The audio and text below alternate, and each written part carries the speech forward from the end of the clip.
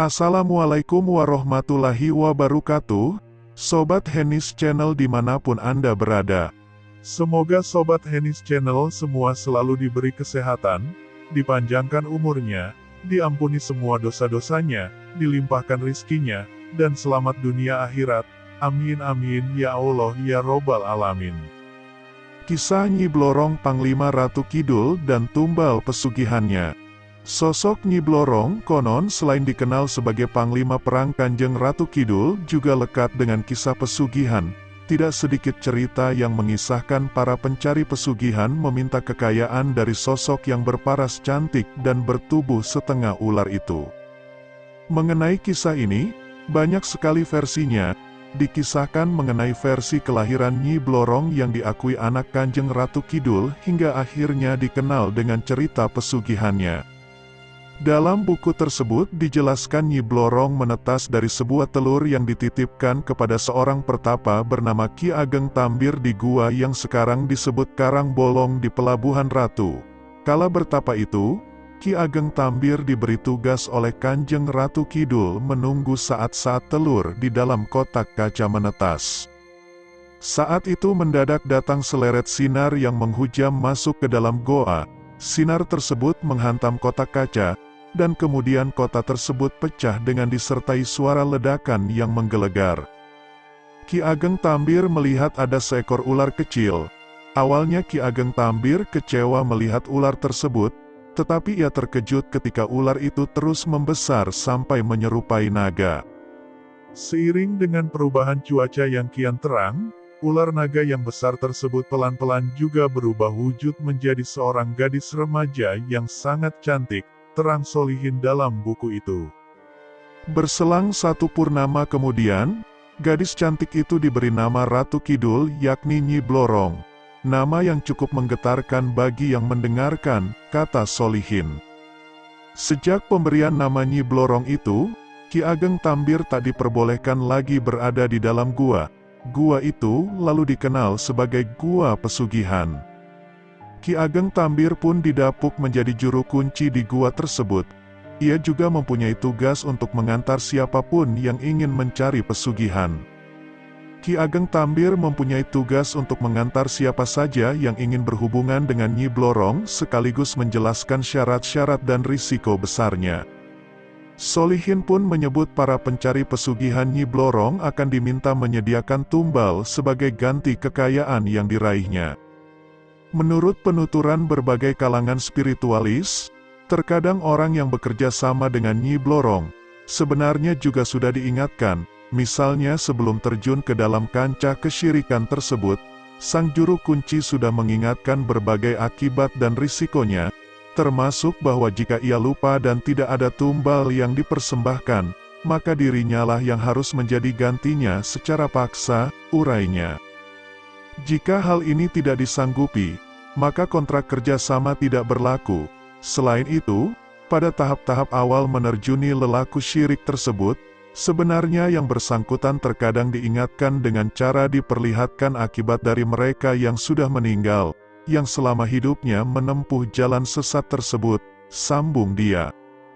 Salah satu pegiat sejarah dari Solo Society, Dani Saptoni menyebut kisah pesugihan Nyi Blorong ini banyak versinya, salah satunya seperti yang ada di serat Centini. Dalam serat tersebut diceritakan bahwa Nyi Blorong punya pasangan Joko Linglung. Cerita itu juga melatar belakangi munculnya Bledug Kuwu di Grobogan. Nyi Blorong mempunyai paras yang sangat cantik, dan mengenai pesugihan itu muncul karena folklore yang ada, tuturnya. Di salah satu makam Syekh Joko di daerah Pedan, Klaten, beliau merupakan seorang wali keturunan Demak, kemudian jatuh cinta dengan salah satu putri dari Kanjeng Ratu Kidul, Nyi Blorong, imbuhnya. Kisah Nyi Blorong dan pesugihan, Dani menyebut cinta dari dua alam yang berbeda itu menuai pertentangan. Syekh Joko pun diminta memenuhi syarat khusus untuk membuat bendungan. Dia harus membuat sebuah bendungan di sungai besar di Pedan dalam satu malam. Bendungan itu juga dibuat dari koin dan emas batangan. Setelah berhasil dibuat, Kanjeng Ratu Kidul memerintahkan Nyi Blorong untuk merusaknya. Akhirnya keduanya bertempur.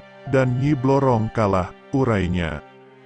Syekh Joko berada di pinggir sungai dan di dekatnya ada tempat pesugihan Nyi Blorong. Dani menambahkan, kisah mengenai pesugihan Nyi Blorong ini juga muncul di Juwana, Pati. Di satu tempat di daerah itu terdapat sebuah gundukan tanah yang dipercaya sebagai sarang ular. Di tempat itu merupakan kerajaan Nyi Blorong. Orang yang ke situ mencari pesugihan. Ada tempat lain yang juga ditengarai sebagai tempat mencari pesugihan, seperti di wilayah Sukoharjo, Baki, dan tempat-tempat lainnya, paparnya. Legenda Nyi Blorong, sosok Panglima Kerajaan Ratu Kidul. Cerita mengenai Nyi Blorong identik dengan sosok bertubuh separuh manusia dan separuh ular. Nyi Blorong konon diyakini sebagai Panglima Kerajaan Ratu Kidul. Nyi Blorong tidak lain adalah Dewi Nawang Wulan. Dewi Nawang Wulan adalah bidadari yang diperistri Jaka Tarub. Dikisahkan, Jaka Tarub mencuri pakaian dari Dewi Nawang Wulan yang saat itu tengah mandi bersama beberapa bidadari lainnya. Nawang Wulan belakangan menemukan baju yang dulunya dicuri Jaka Tarub, tetapi ia tidak bisa kembali ke surga lagi, sebab ia sudah kawin dengan seorang manusia. Karena itu ia menjadi Nyai Roro Kidul atau Nyi Blorong atau yang dikenal oleh masyarakat sebagai Nyai Blorong, menjadi abdi atau panglima dari Gusti Kanjeng Ratu Kidul, Ratu Dunia Roh yang berpusat di Laut Selatan. Demikian sebagaimana dikemukakan dalam berbagai versi babat Tanah Jawi dan sebagaimana dipercaya masyarakat Jawa melalui kisah dalam tradisi mereka. Imbuhnya dalam buku tersebut. Sosok Nyi Blorong berdasarkan versi masyarakat di sekitar Pelabuhan Ratu dan Pangandaran, Jawa Barat. Dalam versi ini Nyai Blorong merupakan putri dari Kanjeng Ratu Kidul. Kisah ini bermula dari sebutir telur yang diberikan Kanjeng Ratu Kidul kepada Ki Ageng Tambir yang tengah bertapa di gua yang sekarang disebut Karang Bolong di Pelabuhan Ratu. Ki Tambir diberitahu jika kelak telur itu menetas diberi nama Nyi Blorong dan diakui sebagai anak Kanjeng Ratu Kidul. Oleh Kanjeng Ratu Kidul, Ki Tambir diberitahu bahwa Nyi Blorong kelak akan memikul tugas untuk menggoda dan menyesatkan manusia. Terang solihin dalam bukunya itu. Ki Ageng Tambir pun akhirnya didapuk menjadi juru kunci dan penjaga gua yang dihuni Nyi Blorong. Ki Ageng Tambir bertugas mengantar manusia yang ingin berhubungan dengan Nyi Blorong dan menjelaskan syarat-syaratnya. Nyi Blorong juga dikenal sebagai sosok yang ahli dalam memimpin pasukannya jin.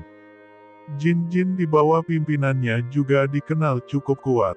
Salah satu pegiat sejarah dari Solo Society, Dani Saptoni menyebut jabatan Panglima yang diberikan kepada Nyi Blorong merupakan kepercayaan dari masyarakat. Kalau dalam kultur Jawa di era Mataram ada 3 person yang menguasai Laut Kidul yakni Kanjeng Ratu Kidul yang merupakan istri Panembahan Senopati dan raja-raja selanjutnya, kemudian patihnya Nyai Roro Kidul dan punya anak yang bernama Nyai Blorong, urainya. Selengkapnya tentang sosok Nyi Blorong konon disebut Panglima Kanjeng Ratu Kidul di halaman selanjutnya. Kalau orang Jawa itu pantai selatan ada sebuah kerajaan, garis komandonya dipasang seperti ini. Nyi Blorong dipasangkan dengan status Panglima. Sosok ini yang paling sering muncul dan berhadapan dengan dunia manusia, imbuhnya. Dani menyebut jika ada yang akan bertemu dengan Kanjeng Ratu Kidul maka nantinya akan bertemu dengan para bawahannya terlebih dahulu. Termasuk juga dengan Nyi Blorong.